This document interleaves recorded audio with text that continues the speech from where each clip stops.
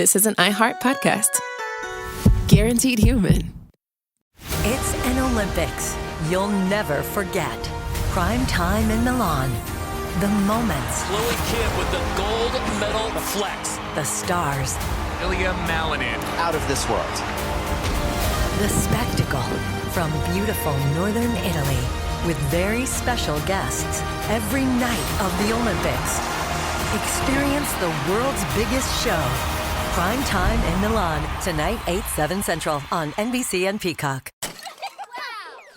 Why have we asked our contractor we found on Angie.com to be our kids' legal guardian? Because he took such good care when redoing our basement that we knew we could trust him to care for our kids, all 8 of them, should something happen to us. Are you my dad now? No, sorry, I do basements. Connecting homeowners with skilled pros for over 30 years. Angie, the one you trust to find the ones you trust. Find pros for all your home projects at Angie.com.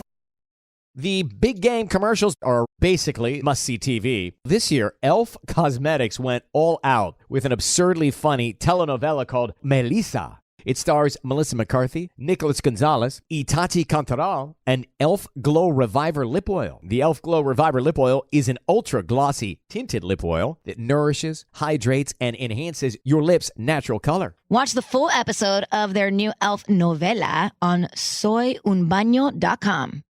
Well, the holidays have come and gone once again, but if you've forgotten to get that special someone in your life a gift, well, Mint Mobile is extending their holiday offer of half off unlimited wireless. So here's the idea. You get it now, you call it an early present for next year. What do you have to lose? Give it a try at mintmobile.com/switch.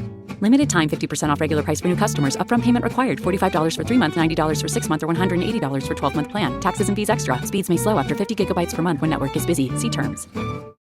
Support for The Middle comes from the stations that air the show and from you. Thanks for making a donation at listentothemiddle.com.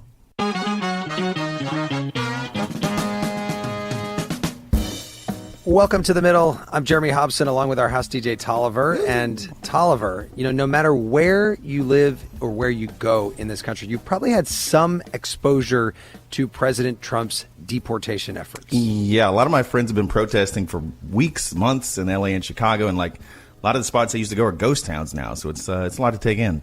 Interesting. You may have seen masked immigration and customs enforcement or ICE agents. You may have visited a restaurant with fewer workers or a Home Depot with fewer day laborers in the parking lot because they were afraid of being deported or being detained by mistake. That's happened. You may live in Wisconsin where that judge was arrested for allegedly trying to help a man in her courtroom evade immigration authorities. Or maybe you live in Florida, home of Alligator Alcatraz, the detention center in the Everglades. Here is Governor Ron DeSantis explaining its purpose in an interview with Fox News in June. This is going to be able to have more than 3,000 illegals can be processed through here. We've got a massive runway right behind us where any of the federal assets that they want to fly these people back to their home country, they can do it one-stop shop. Well, it turns out that facility, which cost hundreds of millions of dollars, is now being emptied out after a judge said it had to be closed within 60 days. But there are apparently others like it on the way. The so-called Cornhusker Clink in Nebraska, the deportation depot near Jacksonville.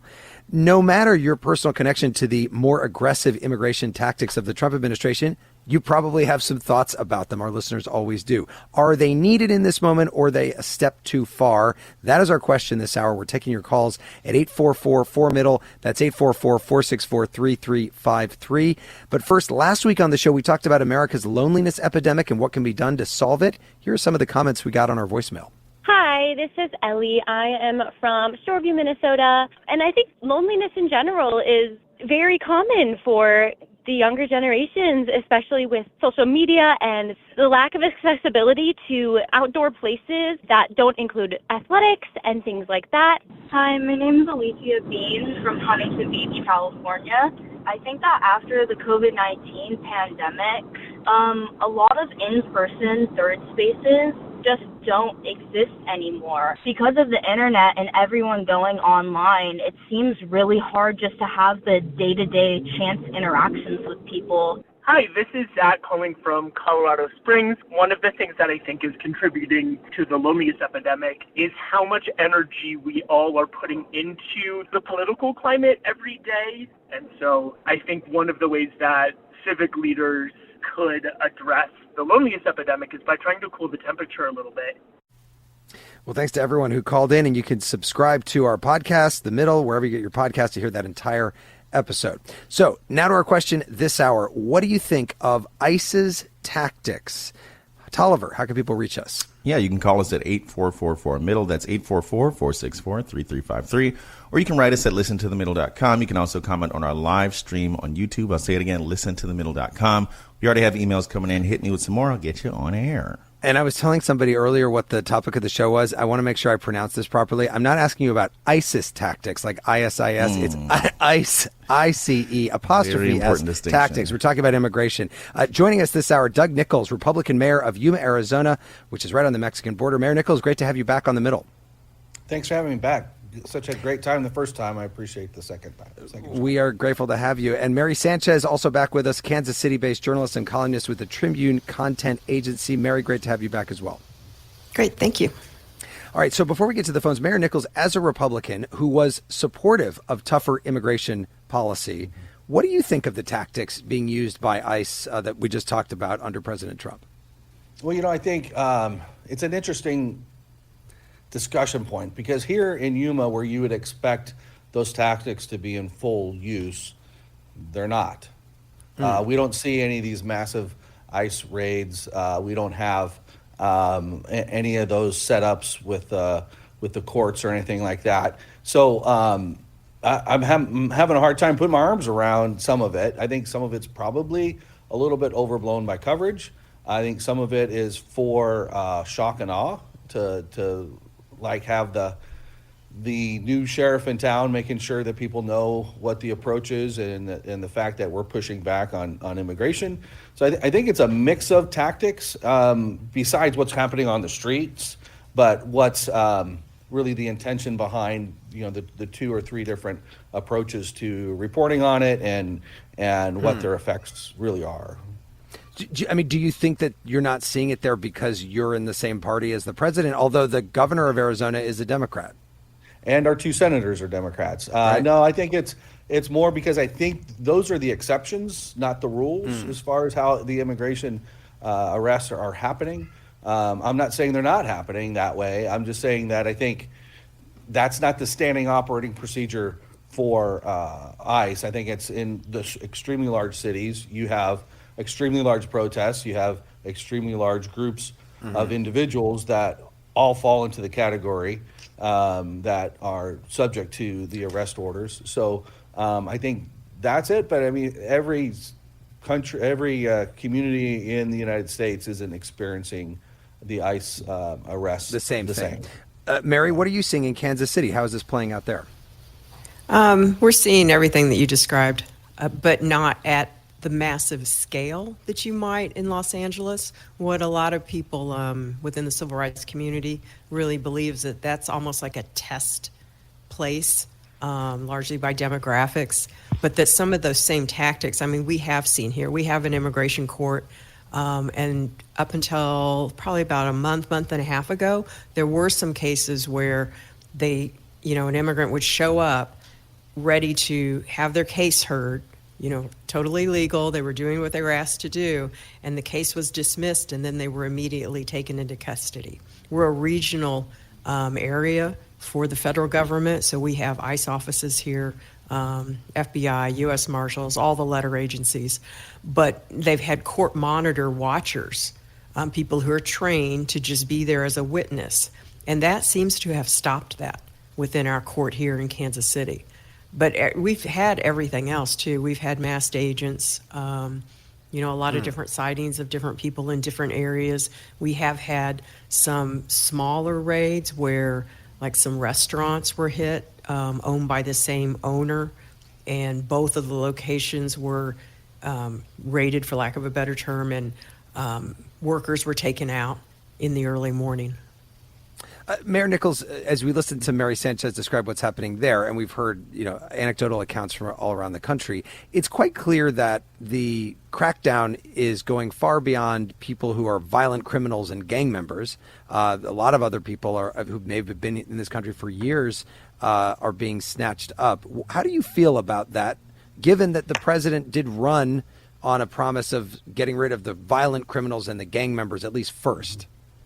All right, so my discussions with our Border Patrol agents that are actually Yuma agents that have been spread across the country to help ERO efforts in that is, if they're going after one criminal migrant that needs to be deported or go through a process, and they run into 2 or 3 that are also out of immigration status, and they get picked up, that's what they're focused on. They do not have standing orders to go after anybody. The people that they're looking to go after are the ones that are criminal. Now, however, if there's a criminal member in a family and a non-criminal member in a family, but they're in the same location during an interdiction or a raid, or however you want to refer to them, then they get picked up because they're also not of that. They're also in violation of the law, even though they don't have a criminal background. Mm-hmm. Mary, how did the people that you speak with, just the ordinary people in Kansas City, feel about the fact that that it's far beyond just criminals being targeted? I think it depends on how aware they are, and frankly, how much they understand about immigration law, which is incredibly complicated. It's supposed to be the second most complicated form of our government, second only to the tax code. So I understand why people don't know about it.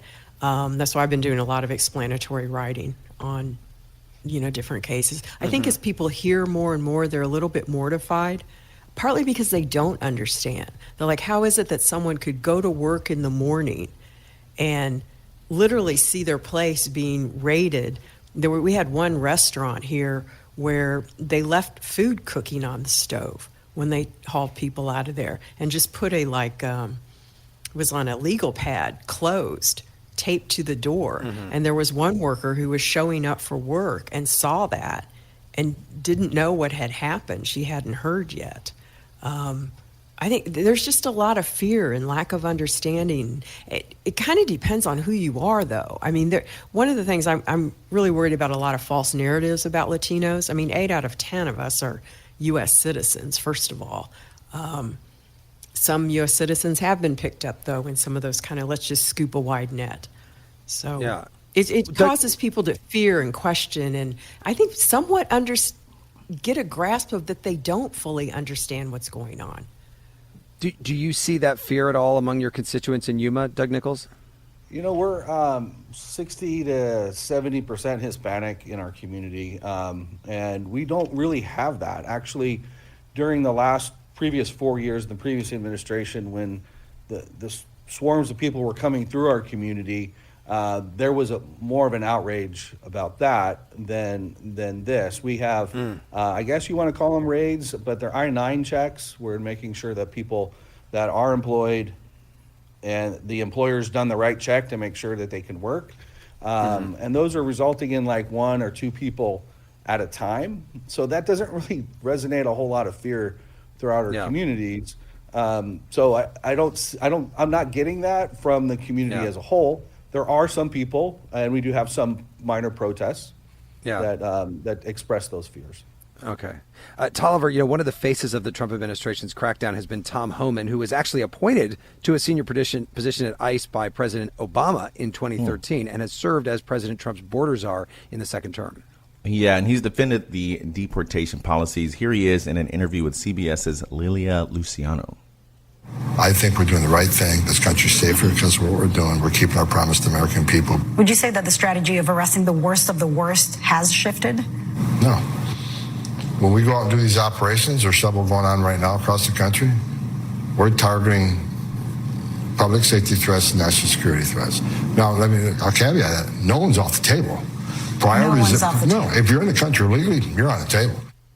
By the way, ICE has a goal of arresting 3,000 people today, but as of July, that number was closer to 1,000. Oh, I wonder why that is. Interesting. Because it's hard to find that many people who are, especially violent criminals, but I guess it's hard to find people who are just in the country without documentation as well, that many per day. We'll be right back with more of your calls on The Middle. It's an Olympics you'll never forget. Prime time in Milan. The moments. Chloe Kim with the gold medal flex. The stars. Julia Malinin. Out of this world. The spectacle from beautiful northern Italy with very special guests every night of the Olympics. Experience the world's biggest show. Prime time in Milan, tonight 8/7 Central on NBC and Peacock. Why have I asked my HVAC guy I found on Angie.com to change my grandpa's trachea tube? Because I was so amazed by how quickly he replaced our air ducts. I knew I could trust him to change Pop-Pop's tube while I was on vacation. Make it quick, young man.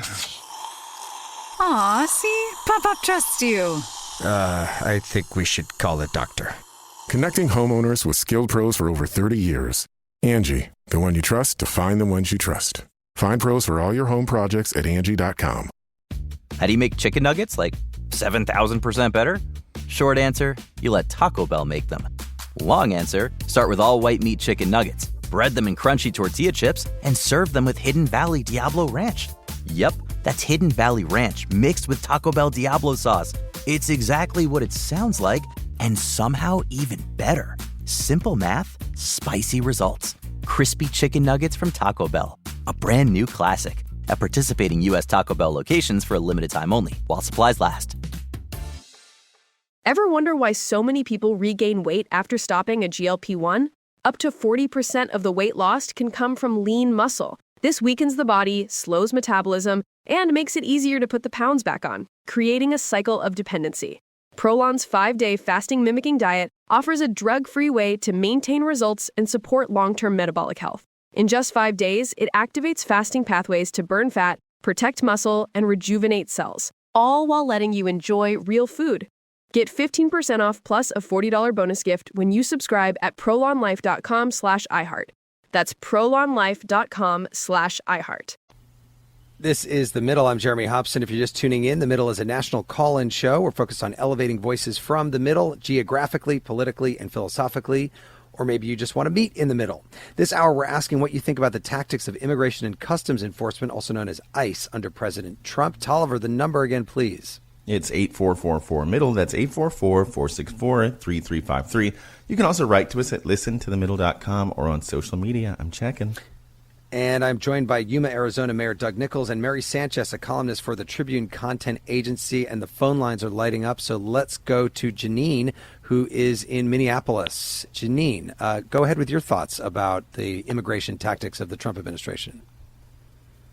Hi. Yes, thank you for having me on. And my thought is that I'm an independent voter, not really a Democrat, not really a Republican. Voted for both parties in my lifetime. But what I'm seeing right now makes me not even recognize America. I just think it's horrifying. It's like we have lost our humanity. We're just turning into this cruel country.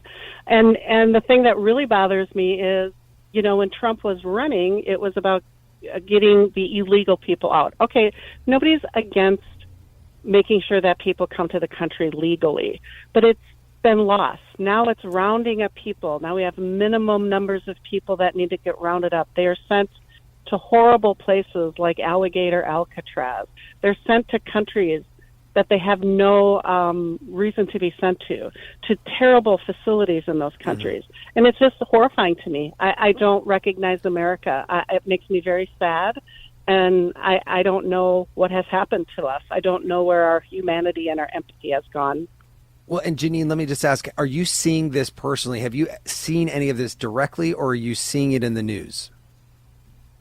I have seen it directly. I've seen it where they've come through Minneapolis and they've gone into areas. I will say the folks in those areas fought back and really put a stop to some of that. I give those people a lot of credit. The other thing, to be honest, the other way that I just sort of anecdotally see it is that when I go anywhere, if you go to a restaurant, if you're in a hotel, we always saw lots of Latin people, right? Lots of Mexican people working. They're not there anymore. I don't know where they are, but I never see them anymore. They're not around. I don't see them on the streets. I don't see them in the grocery stores. They've sort of disappeared. Janine, thank you so much for that call. Mary Sanchez, how does that square with what you're hearing about where you are and just the level of fear, I guess, among Latinos, whether they're in the country legally or not? It squares with it. I mean, you will hear those voices. I went to a grand opening of a new El Mercado fresco, and there were hundreds of people, almost all Latino, that were there. But everyone said, well, we feel like this is a safe place. Then I also know of people who, this one woman I can think of, she owns a salon. She's legal. A lot of her clients are undocumented or they're mixed status families. Some of their family members might be. She will close the door and lock it behind people just for their comfort. Just in case ICE is coming in. Sure. And a lot of this is based on just a fear. The administration has said that they want people to self-deport. So part of the tactic is fear, intimidation. We're going to come for you. You don't know where you're going to be picked up. We had some people here recently who were fishing, and we're not quite sure who it was that came upon them first, but asked about a fishing license, which they didn't have. They're in deportation proceedings right now, or it's technically called removal proceedings. And we don't know if it was a ranger, if it was a county sheriff.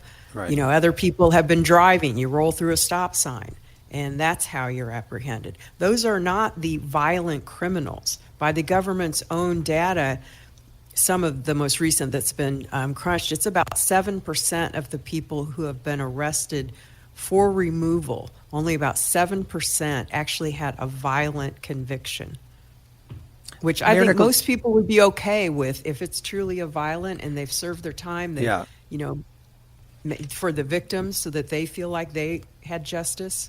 I think most people would be okay with that type of removal. Right. But well, this Mayor is Nicholls, I mean, you talked about the fear. You talked about the idea that this is about sort of like you get something on TV and you're sort of scaring people, maybe into self-deporting. Are you seeing people decide that they're ready to just go back to their country of origin because they're afraid, where you are in Yuma? Well, actually, you could just see that by the numbers trying to cross the border. We were at 1,500 people a day at peak, people trying to cross the border. Now we're at 4.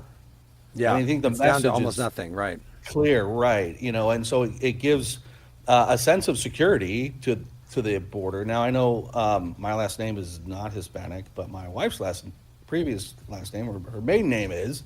It's not like I'm removed from any of the culture that is existence in my community, and people again were more concerned about the 1,500 coming through with the very, very, very limited vetting and just being released than they are about, at least in my community and what I've been experiencing, at least from that perspective. Then people be getting picked up if they're not supposed to be here, whatever their status is. Then that seems to be the counter motion to where we were for the last 4 years. So there is a sense of security for a lot of people in my region. So I guess it's very regional. Let's go to Lisa in Kansas City, where Mary is. Lisa, welcome to the middle. Go ahead. I mean, I almost can't talk about it without crying. I'm a lifetime restaurateur. I'm 60 years old, so and I started early, in my teens. Our industry, of course, has employed many undocumented workers. They've also taken me into their homes, and I've known their families, and I'm stunned. I'm stunned at the lack of humanity. The fact that this administration puts every other thing first, every single other thing first, is just so disheartening. Have you seen any, I know I'm not Lisa, alone have you seen in any, saying that I don't want to stay. Have you seen Go any ahead, I'm raids sorry. yourself in your restaurants? Have you had to deal with that directly? I have not, and here's why. I'm an independent contractor. I don't employ people. I do work in places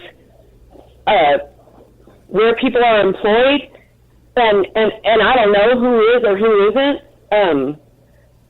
But I look around and I know that, there are mixed households of people. Some are and some are not documented, and they're all living in fear. That's my issue, invoking fear when we already struggle with that as human beings to begin with. Yeah. I'm... Yeah. Lisa, thank you very much for calling in. I really appreciate it. And I'm going to go to Tamron, who's in Brigham City, Utah. Tamron, go ahead with your thoughts. I just live here, and it's a growing area here in Utah, and we're seeing a lot of new folks coming in, and I write for the local paper here, and one of the stories I was recently assigned was to cover a family who had taken over one of the fruit stands here, and the family talked a little bit about being an immigrant family, coming from Mexico 40 years ago and becoming part of this community over that 40 years time. And it was just something where I had started talking with some folks around me at the paper and in my family, and just things that I had started to see online and in person. I had very recently seen some ICE officers at a grocery store arresting a man. I have no additional knowledge on that, but it started to just oddly concern me, and maybe I shouldn't be talking about immigrants anymore. That there's just angry rhetoric that's just come over things. And I just got real concerned about it, and including it as part of the story. And yet, at the same time, it is still a part of their story. It's part of America's story, right? We're all immigrants from other places, Just worried that even just by reporting on it, that it could hurt, I guess, immigrants who are in the country. Tamron, thank you very much for that call. Doug Nicholls, we're hearing a theme here from different people in different places that they're upset about sort of the fear that's being instilled in places around the country. Sure, and I think what the last caller kind of hinted at was the rhetoric of fear and hate, and I think that is something that needs to get removed from the discussion. I think it's used on both sides of the topic to generate sympathy, to generate narrative. At the end of the day, what we're talking about are people who broke the law. Generally, arrests are not, I don't care what you're being arrested for, it's not the best day of your life, right? They're aggressive, you're being taken a place you don't want to go. I don't think that's unusual, whether you're being arrested for, as an American citizen, for something you did to break a law here, or someone that's come from another country. I don't think that process is ever going to look Disney-esque. But at the end of the day, there were millions of people let into this country, and I think that's what we're trying to do, is trying to get things rebalanced out. But do you think that the only way to do that, though, is to have people be afraid, to have agents wearing masks, to have people be sent to really bad prisons, not just regular prisons, but surrounded by alligators, or in El Salvador where you don't know what's going to happen? Is the only way for the Trump administration to accomplish its goal of dealing with illegal immigration to have these kinds of tactics and scare people?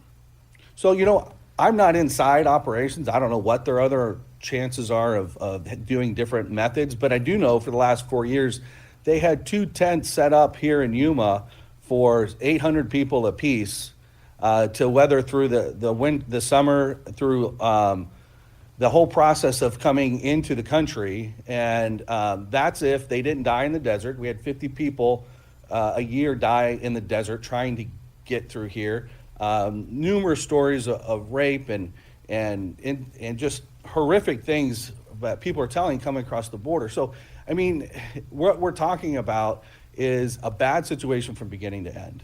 And I think what we can really be focused on is not perpetuating the hate on either side. I mean, doxing federal law enforcement agents, requiring them to have to mask up so they don't get doxed, is a problem too. I mean, that's not something that we should be doing as Americans either. So I don't have the answer. I don't know that there's, a softer, nicer way to get this done. However, there was definitely part of the election process was the Americans wanted to see a different motion, a different process than what was being done in the previous four. Tolliver, what is coming in online? Yeah, David in Minneapolis says Trump's immigration policy has little to do with immigration and everything to do with attacking and intimidating blue states and areas, period. And then Greg in Boise says masked, unidentified, armed men kidnapping people off the street is illegal. It's meant to distract us from the fact that Trump's policies are a disaster for the economy. It's also meant to cause unrest so Trump can declare martial law, cancel the elections in 2026, and keep himself in power. Mary, I kind of wanted to ask you about that. Do you think that this is part of a larger strategy from the Trump administration? Read Project 2025. I mean, yes, there are some larger strategies. I don't know that he's always orchestrating all of it, but there is this essence and move towards more authoritarian, more taking over and taking people's basic civil rights. I mean, it's really a civil violation in immigration status. It's not a criminal illegal act. Even our immigration courts, they're not criminal, they're not civil, they're administrative. I mean, most people don't even understand that. So that's part of the whole verbiage. There is, to the mayor's point, I mean, one of the big things that people are looking at, and it's in fear of that extremes, is civil rights leaders across the country and in Kansas City as well are already talking about just the need to train and grind into nonviolent protest, because after October, you're going to have more armed guards. They're sending in more of our National Guard troops everywhere. They're not trained in de-escalation. All it takes, and we've already had some issues here, I've written on this, where, frankly, people screaming about fascists and Nazis and all this and that can really screw up something that's occurring, or it is so easy to escalate things. And if you're supposed to be a silent witness who is documenting, you cannot be doing that. Number one, that tape cannot be used in some of these federal court cases that are challenging the tactics. So there's a lot going on all at once there. There is this huge need to train people so that they can take that passion and, implement it in a way that actually can help us bring us back to where we want to be as a country. And like the mayor was saying, to do it the right way, and that you can change the laws. You can manage this. You don't have to be grabbing people off the streets. There are ways to do immigration that would not involve fear, hatred, stereotyping, all of that. I want to get the mayor's thoughts on that right after this break. But Tolliver, if you look at the poll numbers, Republicans are still in favor of the tactics being used by ICE. Democrats and independents believe they've gone too far. Yeah, but the king of podcasting, Joe Rogan, after you, of course, Jeremy, who supported Trump's reelection, had some choice words for ICE operations in an episode of his show back in June. ICE raids are nuts, man. I don't think if the Trump administration, if they're running and they said, we're going to go to Home Depot and we're going to arrest all the people at Home Depot, we're going to go to construction sites and we're going to just tackle people at constructions. I don't think anybody would have signed up for that. They said, we're going to get rid of the criminals and the gang members first, right? And now we're seeing Home Depots get raided. That's crazy. Tolliver, I think I make 1/250 millionth of the salary of Joe Rogan, by the way. Close enough, neck and neck. Let's just get that out there. We'll be right back with more of The Middle. It's an Olympics you'll never forget. Prime time in Milan. The moments. Chloe Kim with the gold medal flex. The stars. Ilya Malinin. Out of this world. The spectacle from beautiful northern Italy with very special guests every night of the Olympics. Experience the world's biggest show Prime Time in Milan, tonight 8/7 Central on NBC and Peacock. Why have we asked our contractor we found on Angie.com to be our kids' legal guardian? Because he took such good care when redoing our basement that we knew we could trust him to care for our kids, all 8 of them, should something happen to us. Are you my dad now? No, sorry, I do basements. Connecting homeowners with skilled pros for over 30 years. Angie, the one you trust to find the ones you trust. Find pros for all your home projects at Angie.com. You see it instantly. It's Coldwater Creek, the mark of exceptional workmanship and signature touches inspired by a Mountain West heritage. Distinctive styles created from quality fabrics, silhouettes perfected with just the right drape, feel-good fits offering ease of movement, and thoughtful details to elevate your look. Coldwater Creek's authenticity is embodied in every piece, embracing its confident spirit that carries through to today. Discover Coldwater Creek clothing, designed to fit your life the way you want. For a wardrobe you can count on season after season, visit coldwatercreek.com. Shop the new spring collection at 20% off $75 or more with code IHEART20. Welcome to the A Building. I'm Hans Charles. I'm Menelik Lumumba. It's 1969. Malcolm X and Martin Luther King Jr. had both been assassinated, and Black America was at a breaking point. Rioting and protests broke out on an unprecedented scale. In Atlanta, Georgia, at Martin's alma mater, Morehouse College, the students had their own protest. It featured 2 prominent figures in Black history, Martin Luther King Sr. and a young student, Samuel L. Jackson. To be in what we really thought was a revolution. I mean, people were dying. 1968, the murder of Dr. King, which traumatized everyone. The FBI had a role in the murder of a Black Panther leader in Chicago. This story is about protest. It echoes in today's world far more than it should, and it will blow your mind. Listen to the A Building on the iHeartRadio app, Apple Podcasts, or wherever you get your podcasts. This is The Middle. I'm Jeremy Hobson. This hour, we're asking how you feel about the tactics of ICE under President Trump. You can call us at 844-4MIDDLE. That's 844-464-3353. You can also reach out at listentothemiddle.com. I'm joined by Kansas City-based columnist Mary Sanchez with Tribune Content Agency and Yuma, Arizona Mayor Doug Nicholls, a Republican. And joining us now on the phone from Chapel Hill, North Carolina is Tom. Tom, go ahead with your thoughts about ICE's tactics. Hey, a lot of what people have said already I agree with. The mask is unreasonable, approaching authoritarianism. But the one thing that nobody has talked about so far is the fact that a lot of people in this country without papers are here to claim asylum, political asylum. And one thing they should be doing is fixing the court system. They're understaffed, they're overworked, there's not enough judges to process these cases. That needs to be fixed. And if you approach immigration from the way our laws have been set up, I think that's going to solve a lot of the problems. I think that the Trump administration's approach is one of fear, as other people said, and also playing to his base.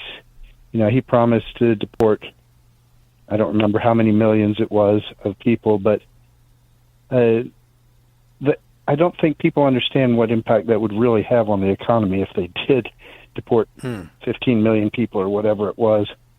I could go on and on. I don't want to overstay my time on your You brought up show. some good points. So let me take those to our guests. Mayor Nicholls, a lot in there. First of all, are you worried about the economic impact of deporting as many people as the Trump administration is going to deport?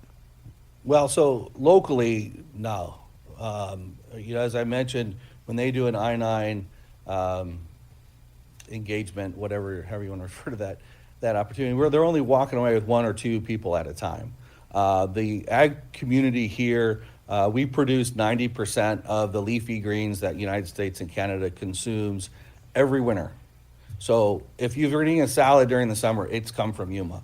But the farmers who hire all the labor do not want labor that is not documented. They want only documented labor. So we're not going to see that impact here in our community.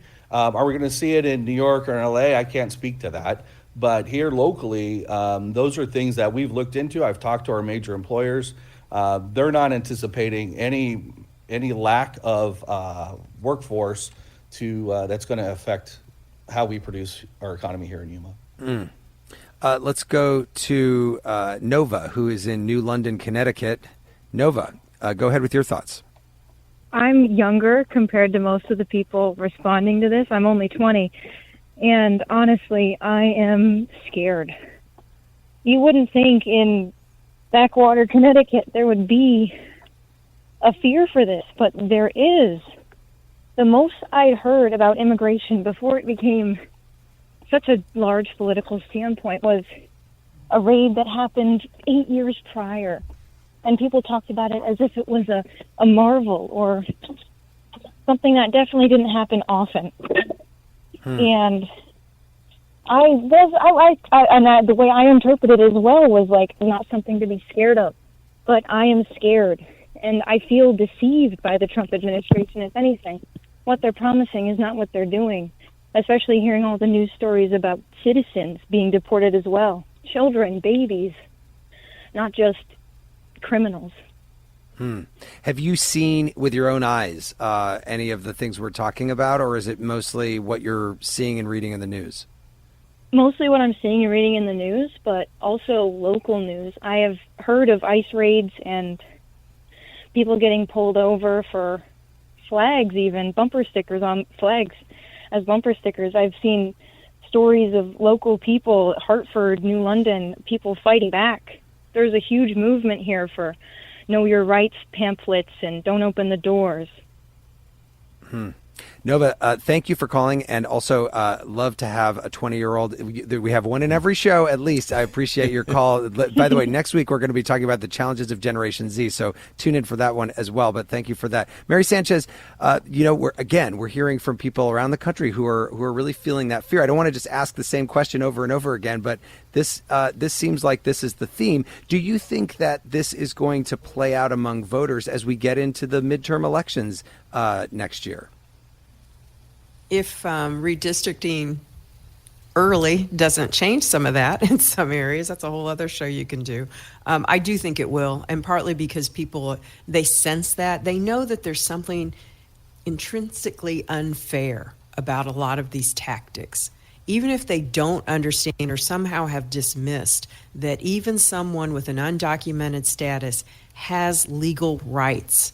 You have legal rights in this country. They just know that it's wrong. The other thing is, I think she did mention, or several people have, the idea of mixed status families.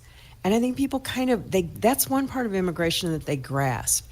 That, one of the things is, I'm thinking of statistics, like more than 8% of all children in the U.S. live in a household with at least one undocumented member.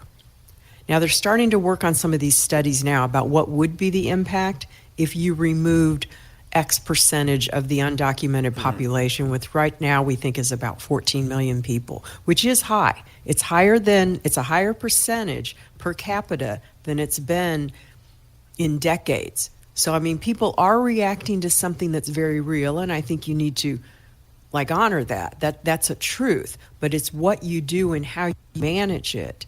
And I think what people are understanding is that these literally are your neighbors. And it's a mixed status family. It may be a child who's a U.S. citizen, but it might be their parent. Do you want that parent removed from the home? And what does that do through the child? What does that do to a school system? What are we disrupting here long term in terms of our economy, mental health, communities? It's a really wide net that's being cast in terms of what the impacts can be, and they're not positive. Mayor Nicholls, let me ask you, you mentioned that illegal immigration has dropped down significantly. What did you say, 4 people as opposed to 1,500 a year ago? It's down overall more than 90% in July compared with last year. Is there a point you see at which the emergency that Trump declared that led to all this aggressive immigration enforcement comes to an end? Definitely. I think there would be a natural opportunity to make that happen. I don't know what that number is. I know the 14 million that Mary referred to, there was a large percentage of that are recent within the last 4 or 5 years.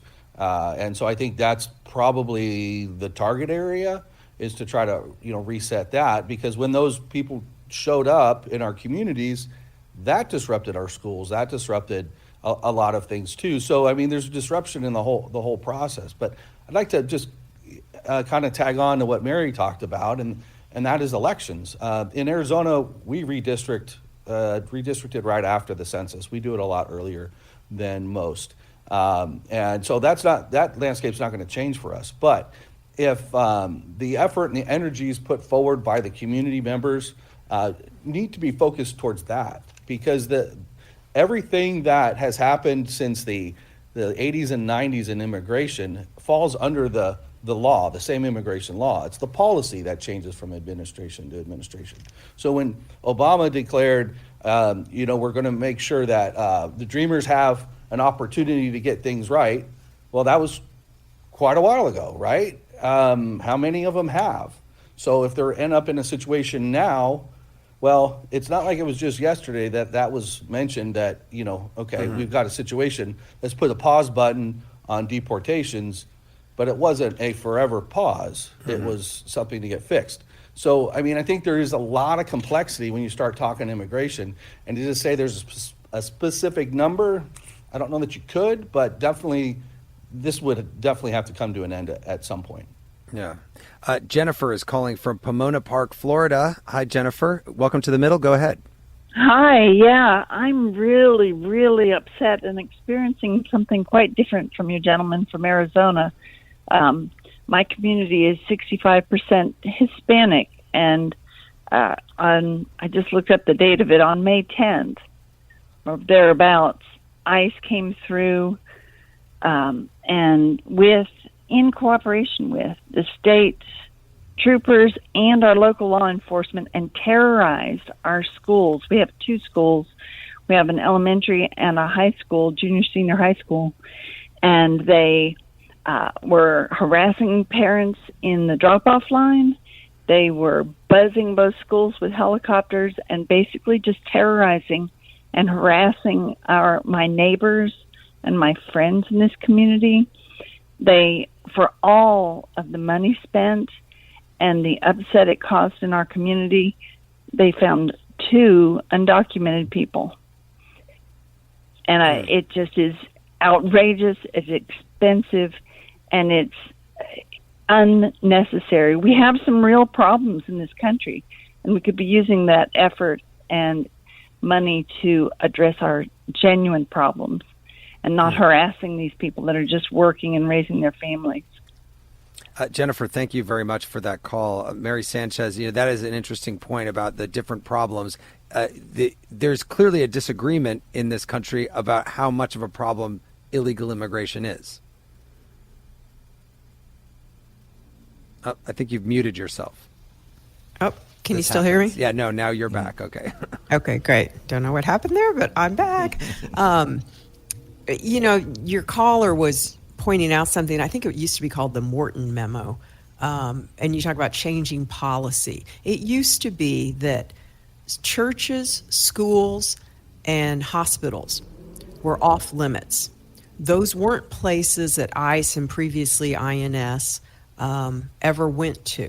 They were just considered almost sacred spaces. It's a place that you disrupt for this type of, take apprehension, for lack of a better word. That was part of the policy change under the administration was, no, anywhere is fair game. Well, you put the fear into a school system. I mean, we have school districts here. That's a Supreme Court law. It's Plyler versus Doe. It's from 1982 that no matter what a child's immigration status is, they are allowed to have a K through 12 education. Now, the Dreamers, that was for someone who was older, and we never passed that legislation to give them the rights of a legal status. We never fixed it for them. It was just this temporary. Same thing for DACA. But those sorts of changes are what's causing people a lot of apprehension and fear and the pushback that I think you might see at elections, especially when you start messing with people's kids. That's when people start to fight back. Let me go to another caller. David is in Denver, Colorado. David, what are your thoughts about ISIS tactics? Well, I just wanted to say, Jeremy, and thanks for taking my call. I am a veteran, a former military police officer. I've worked with federal law enforcement. This isn't the way we do business. I also have a wife who's a 30-year immigrant who's in status, probably 7 years left on her green card status. We know two people, one from Great Britain and one from Australia, who were picked up and put in detention, not directly sent back to their country of origin. It seems punitive. I'm also curious about what happens as a former law enforcement officer. What happens when they show up at an American citizen's house, which they've done before by mistake, try to take them into custody. They're wearing a mask. They don't identify themselves, and it's a stand my ground state, and one of these officers gets shot, God forbid. What happens then? We have a real problem. And I think that your former guest, who identified himself as a Republican, who said that, that it's always a bad day when you get arrested, that this is not Disney-esque, is not being completely truthful. We know that Stephen Miller, the assistant chief of staff, has set a 3,000 person a day quota. You can't do that by getting the worst of the worst. Stephen Miller's made it clear he wants every immigrant and what he calls homegrowns gone as well. And as a freelance writer as well, I've watched hours of video of them swooping in on daycare centers and elementary schools and traumatizing children. This is not the way we do business as law enforcement in this country. What's going on? Let's be honest. Thank you for that call. Yes, and thank you for your service as well, David. And I'm going to let the mayor respond to what you said there. Well, I mean, even back to the previous caller with the schools, I mean, we have a county of 220,000 people, so we have quite a few schools. That's never happened here. So I don't know what the difference is between here and anywhere else in the country, but we're not seeing that. We're not seeing daycares being raided or stalked out, or none of that is happening here. But again, it's one of those things that we do need to make sure is done right.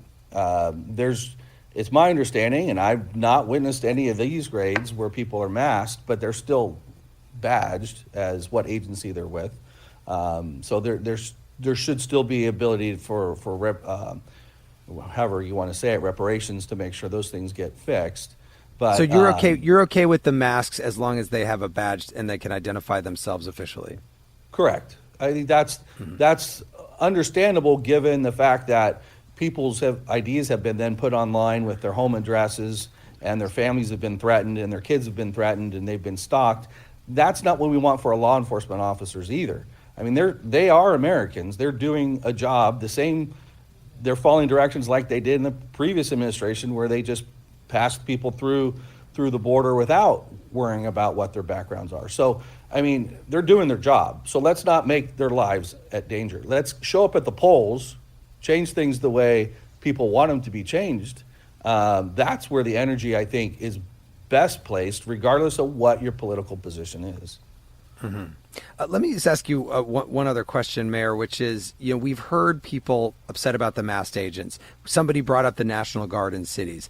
We've seen also investigations into political foes by the Trump administration.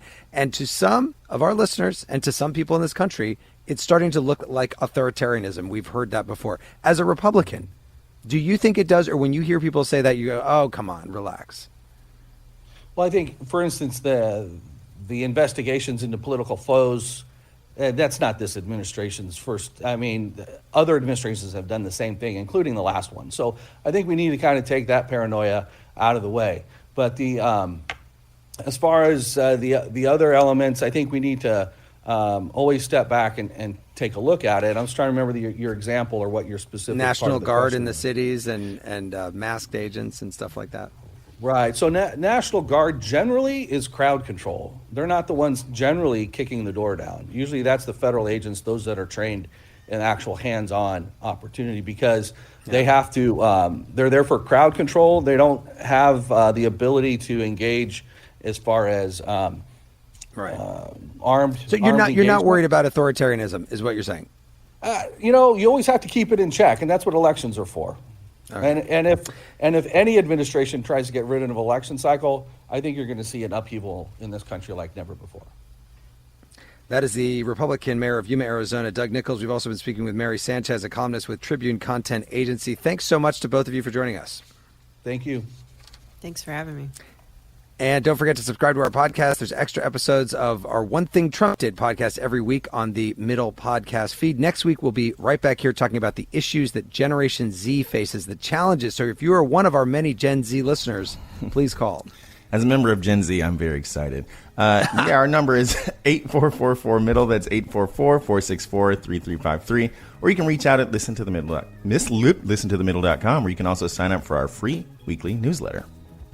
The Middle is brought to you by Long Neck Media, distributed by Illinois Public Media in Urbana, Illinois, and produced by Harrison Patino, Danny Alexander, Sam Bermas-Dawes, John Barth, Annika Dessler, Brandon Condricks, and Steve Mork. I'm Jeremy Hobson, and I will talk to you next week.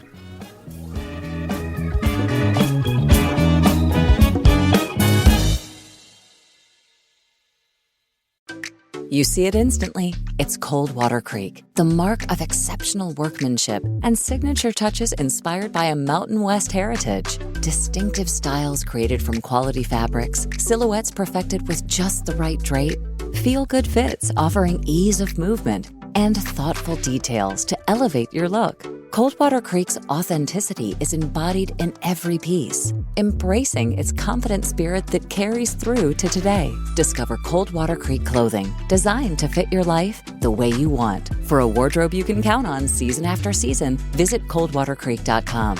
Shop the new spring collection at 20% off $75 or more with code IHEART20. Over the last couple years, didn't we learn that the folding chair was invented by Black people because of what happened in Alabama? The Montgomery Brawl. This Black History Month, the podcast Selective Ignorance with Mandy B unpacks Black history and culture with comedy, clarity, and conversations that shake the status quo. The Crown Act in New York was signed in July of 2019, and that is a bill that was passed to prohibit discrimination based on hairstyles associated with race. To hear this and more, listen to Selective Ignorance with Mandy B from the Black Effect Podcast Network on the iHeartRadio app, Apple Podcasts, or wherever you get your podcasts.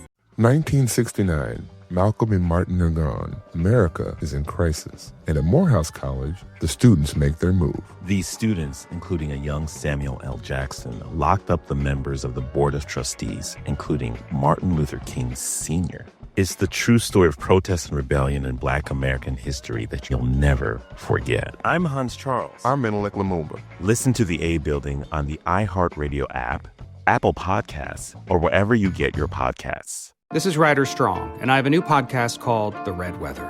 In 1995, my neighbor, Anna Trainer, disappeared from a commune. It was nature and trees and praying and drugs.